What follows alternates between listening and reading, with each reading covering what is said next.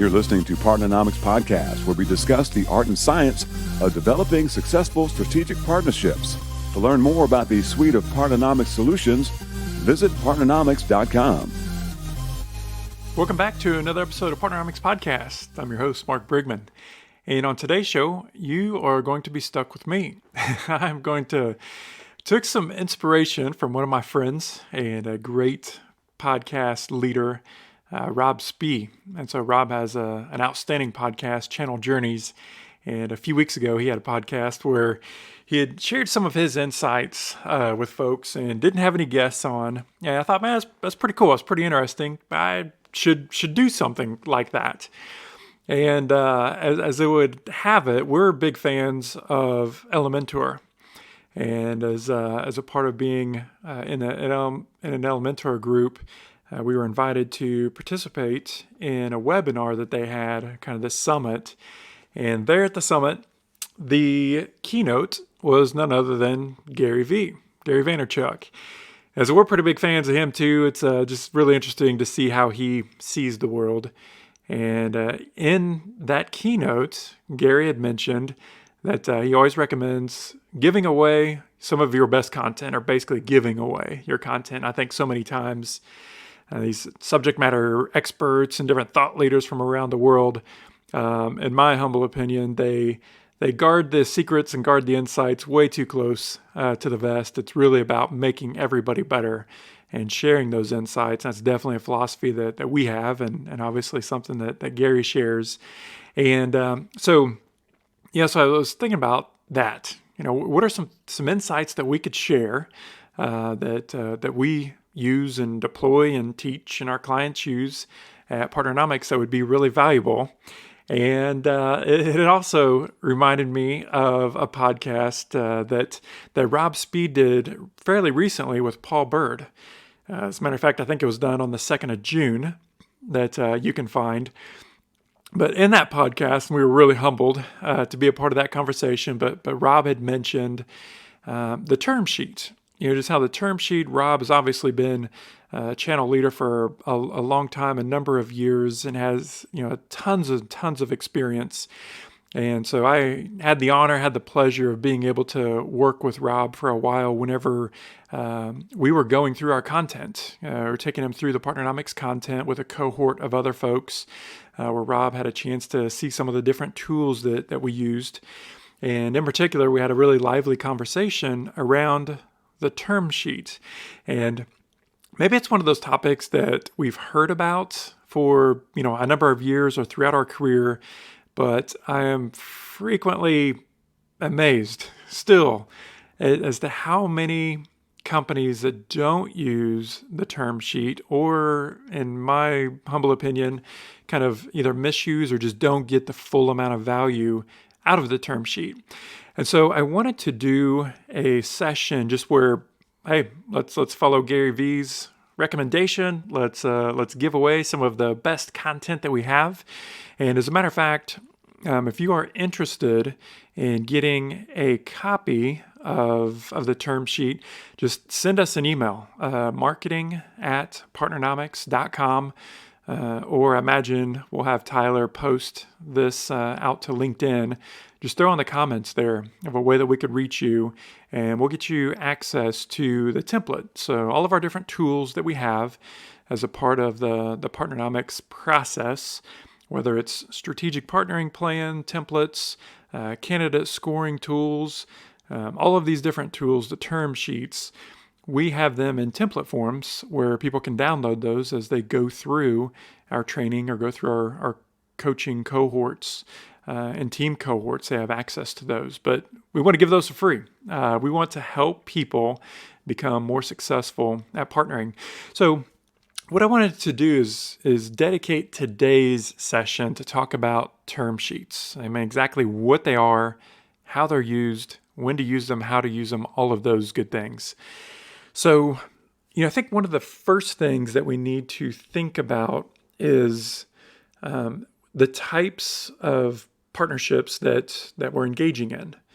And, a lot of times I hear partnering professionals say, well, whenever we're working with our referral partners, or whenever we're working with our channel partners that's specifically for sales, we have a very strict, stringent, prescriptive contract or agreement that there's really no need to use a term sheet. And I kind of beg to differ on that. I think a term sheet allows for just some really efficient conversations and communications to really level set on expectations on the front end. And it's a real convenient way to do that without, pulling up a 30, 40, 50, how many ever page agreement that you have to be working from. And so term sheets in general, I would say it's definitely not just for those highly strategic or highly innovative based partnerships, but they can be designed and provide a lot of value for very what I call transactional partnerships, where there's already a recipe and it's pretty clear on the types of terms and the expectations for that. But the term sheet, I think, just gives you a document to very overtly share what those expectations are. As I continue to work with our clients or just talk to professionals literally from all over the world, I commonly hear that the vast majority of partnerships that are in place, especially those that are sales oriented, right? So think of kind of the sales channel or referral-based partnerships. I mean, gosh, how many times do I hear 80, 85, 90+% of partners are basically providing no value? And so it begs the question, what is wrong with our process? What could we do better? What could we do different in our process so that we are forming partnerships, we're forming relationships with the right organizations, that we have that correct alignment, and we both have this commitment to provide value to each other. The term sheet is one great way that we can do that.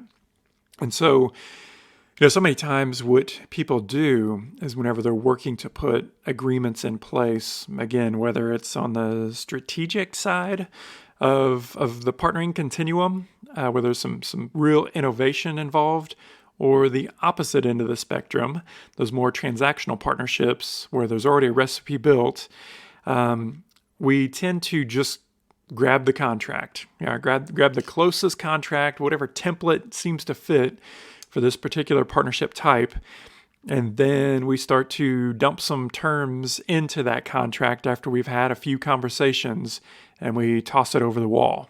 And then what happens? The next thing you know, you are negotiating a contract. You're negotiating an agreement or an impending agreement, a potential agreement, from a 20, 30, 40, 50 page contract, which is never a good idea. So the term sheet in general, just right out of the gate, it allows you to really focus the conversations to see if a partnership even makes sense. And so a lot of times the term sheets will start off literally as just an email with 2 or 3 or 4 bullet points after you have that conversation. And then as you continue to kind of vet and evaluate and peel the onion, so to speak, to share, what this opportunity is, what you're looking for, then you can transition that conversation into a term sheet, right? Into this 1 to 2, generally just 1 to 2 page document that will continue to grow over time, but it stays in this very light term sheet form. Another thing that frequently happens is with these negotiations, as soon as a contract is tossed over the fence via email or whatever collaborative tool, as soon as a contract is put into the conversation, company policies say that you have to have an attorney help you through that. For a lot of companies, that's their policies. That's kind of the way they roll. And, I think attorneys, they want to be helpful, and they have an obligation to look out for the company from a risk standpoint. But what happens is when attorneys come into conversations, they want to be helpful. And if you are still negotiating the business terms with potential partners, the attorneys want to be helpful and they think that you need their help. And so they jump in and they try to help negotiate the business terms. And that typically never works out well. What you need to do is use this term sheet to negotiate 100%, everyone, 100% of the business terms of your deal. And then whenever that term sheet is essentially fully negotiated out, then that term sheet is then handed to the attorneys, or it's used by you or whomever based upon your practices. That term sheet is used to then build an agreement. And then from that agreement, then you're ready to send it over to the prospective partner. And then they work with their legal team or whomever to put that agreement in place. But by that time, all of the business terms are put in place, which is exactly where you should be. Okay, so now this begs the question, okay, so Mark, what is this term sheet thing? I mean, what does it look like? How do we use it? What are the different components of the term sheet? So I want to step through. So our term sheet, our standard template term sheet, has 8 different components in that. And I want to step you through these 8 different components as things to consider as you work through different partnerships. Okay, so the first component, we just call it company. And so really this kind of hits on describing who your company is, your type of culture, what you're really looking to do in this partnership, and then specifically spell out the ideal partnership that you're looking to put in place and the ideal partner. So many studies time after time, talk about how the mismatch of cultures is a key reason of why partnerships do not work out. And so this first component, company, gives us an opportunity to describe our company, our organizational structure, our culture, and the way that we are looking to work with other organizations. Share your mission, your vision, your core values. What do you guys hold deeply? Are you scrappy and innovative and risk takers, moving fast? Or are you at the opposite end of the spectrum, very risk averse? Kind of describe the type of company that you have, the type of organization that you have, just so the potential partner can get a feel for the cultural fit or the cultural meshing that these two organizations will need to work together. I think so many times we overlook the cultural side and we just specifically go directly to whatever the resource is, whatever the strategy is. I mean, what can you do for our company? What can we do for your company? More from a resource perspective. And we completely overlook that cultural aspect, which is vitally, vitally important to put in place. The next component, or component number 2, is just the opportunity in general, right? So let's paint a picture of this opportunity to partner. What is it from our company's perspective? What is it in the market from that perspective? And then how do you see this particular company potentially being a fit there? So one of our tools that we use earlier in the process is a strategic partnering plan, an SPP. And so strategic partnering plans, they're not partner specific, but rather they are partnership initiative specific. So if we have this concept or this initiative where we want to set up a channel that is specifically going to go after accounting firms, so that will be laid out in the strategic partnering plan. It's a very specific partnering initiative that is going to target accounting firms. And then so the phase 2 of that is whenever we start to talk to prospective partners, and then that's where we're going to put the term sheet in play. But term sheets are partner specific, right? It is that document, or ends up growing to be that document that then gets volleyed back and forth between the potential partners. and and they are partner specific. And so component number 2 has us, just kind of speak to what is the total opportunity here? What is the opportunity that you see, but specifically for this particular partner? Component number 3 is what we call qualifications. And so what specific qualifications are you looking for from this particular partner? Maybe it's years in business. Maybe it's certain certifications. Perhaps it's the reach, either regional reach, national reach, global reach. Is there a particular size, volume of revenue, or certain capacities that a company can bring to you? Obviously, it depends on the opportunity, but what are certain qualifications that the company must meet in order to be a partner? Let's kind of make that known early in the process. Component number 4, so it's goals for the partnership. And this will start off with your company first and then grow into your prospective partners, but what are the intended outcomes? This is our opportunity to make this black and white. How are we going to define success? What are these intended outcomes?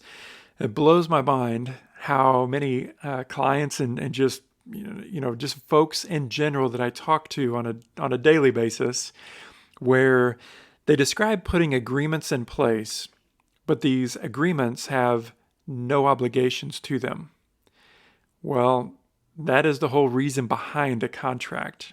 That's the whole reason behind an agreement, is because we are agreeing to obligations. We are agreeing to outcomes. We are agreeing to put forth investments of time, energy, effort to make this vision for the future through this partnership come to fruition. If you're signing agreements and your partners have no contractual obligation to perform, do not bet on them actually performing. So component number 4, this goals of the partnership.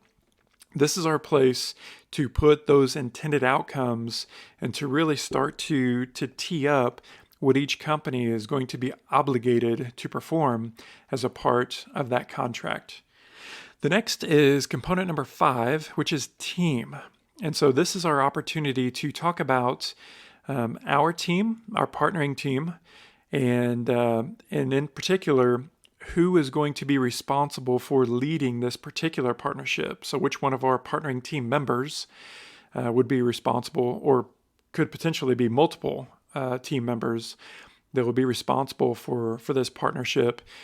And then it also gives you an opportunity to talk about your expectations and really even your requirements. So say, for example, this initiative would require your partner to have one dedicated full-time equivalent, one dedicated FTE to this initiative. That's how important it is for you.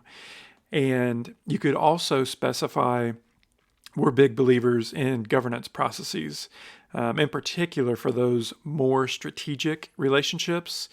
And so in teams, you can lay out a requirement, or at least the recommendation, to have quarterly reviews of the governance team specifically. And you could also lay out either requirements or strong recommendations to have team level reviews, working team level reviews from each of the companies on, say, a weekly or on a monthly basis. But this component number 5, teams, is what gives you the opportunity to set the stage of expectations from a collaboration perspective. Next is component number 6, and this is communications. And so this is really talking about how you will share information, how you will connect with one another. This really piggybacks on component number 5, which is teams. This component number 6, communication, just talks about how often will you have meetings. Are they, literally sometimes they could be daily. The last few years that I was at Sprint, I helped manage a $5 billion global strategic partnership with Ericsson. And it's called the Network Advantage deal. And in that Network Advantage, for the first 3 years, we had daily stand-ups. with our counterparts from Ericsson. And so that's kind of an extreme case, but this gives you the opportunity to lay out when the teams are going to get together, and then also the types of information that they will share. So the different dashboards that you will put in play, the metrics that you will share, all of that will be specified here in component number 6, the communications. Next, we get down to component 7, and these are the deal terms. And so, whenever we think of the term sheet, we really think of, the terms of the deal. But as we've shared, so much more can and really needs to be put into term sheets.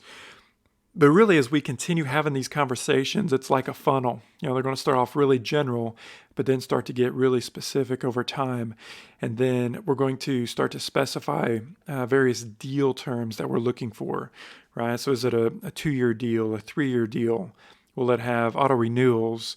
What will the payment structures look like? Will there be a revenue share? Will there be explicit monthly payments? Will there be any exclusivity? Will there be any termination for convenience rights? What are maybe some of the legal terms that we would want to put in here? Will there be indemnification or some of these different elements?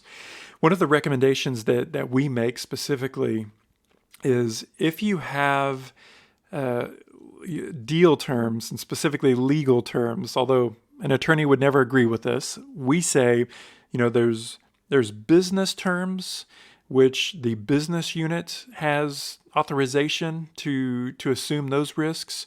And then there's quote unquote legal terms, which is more of kind of the company side risk that the attorneys are there to mitigate and to watch out for. But a term sheet is a great place to also include those legal terms. So let's say limitation of liability.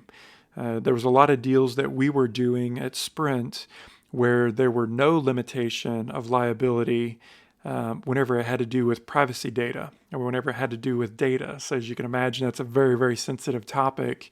And so the companies were not interested in having a limitation to liability.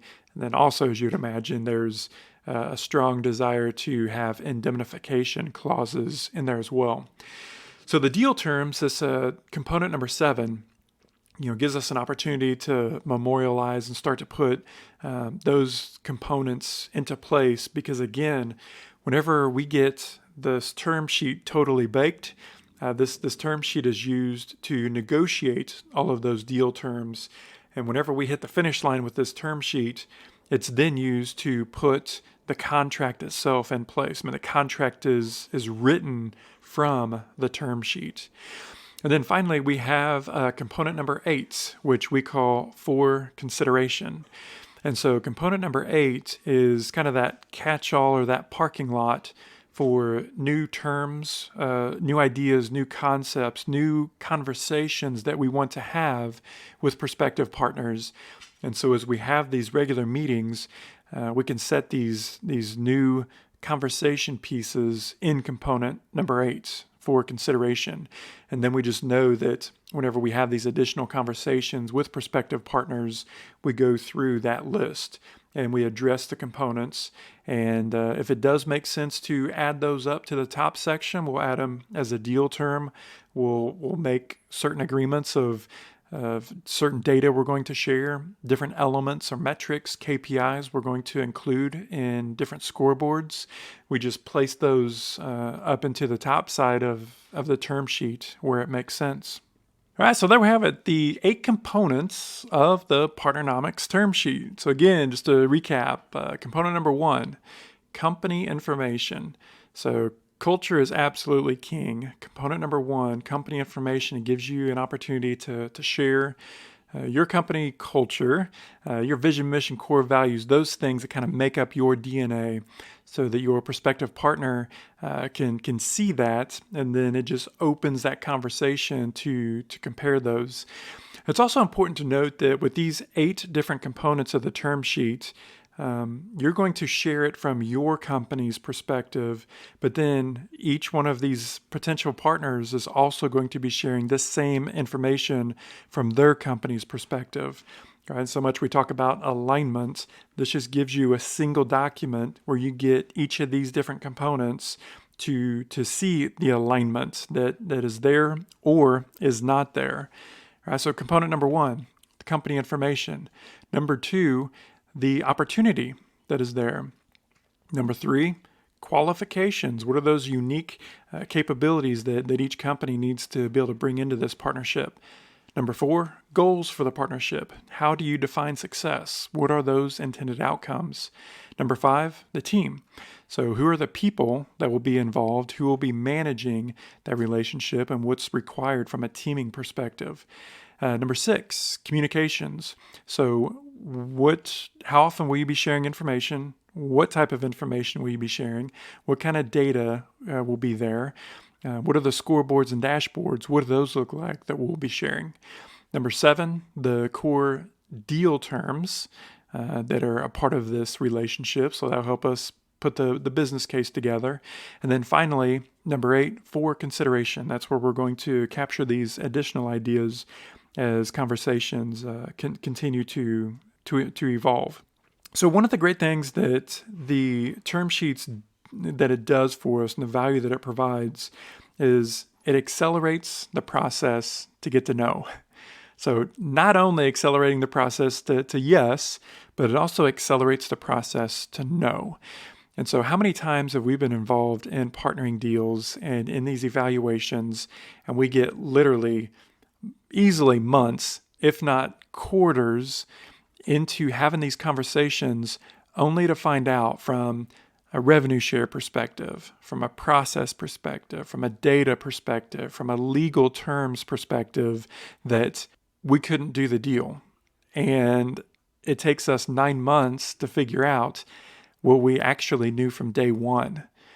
Is that, again, from a financial perspective, from a legal perspective, from a capabilities perspective, we could not do the deal. And so one of the great values that a term sheet will bring is just these requirements and these expectations on the front end that will allow us to accelerate the process to get to know. And so we never want to negotiate from a contract. We never want to negotiate from red lines that are being tossed back and forth. What we want to do is use a term sheet so we're actually negotiating from that term sheet, which is just very specific. It's very light, it's very directed, it's very focused on those certain business terms. And then we're going to use the term sheet to write the agreement. So after the term sheet is completely negotiated with all of those business terms, then we're going to use that either from ourselves or from our attorneys, but that term sheet will be used to write up the first version of the contract. And again, we are happy to share this Partnernomics term sheet with you, the A-component sheet with you. If you are interested in getting a copy of that and using it for yourself and for your own partnering teams, the deals that you do, please send us an email, marketing@partnernomics.com. Just put subject line term sheet, and we'll be happy to send that back to you. I hope that you have enjoyed this little bit of a different podcast that we pushed out there. Let us know if you enjoy it. And we are all about sharing information. The mission of Partnernomics is to make strategic partnering become a core competency for every client. And so we are in the business of your success. Until next time, have a great week. Partnernomics Podcast is brought to you by Partnernomics. Learn how to leverage the power of partnership. To listen to more episodes of Partnernomics Podcast, visit partnernomics.com.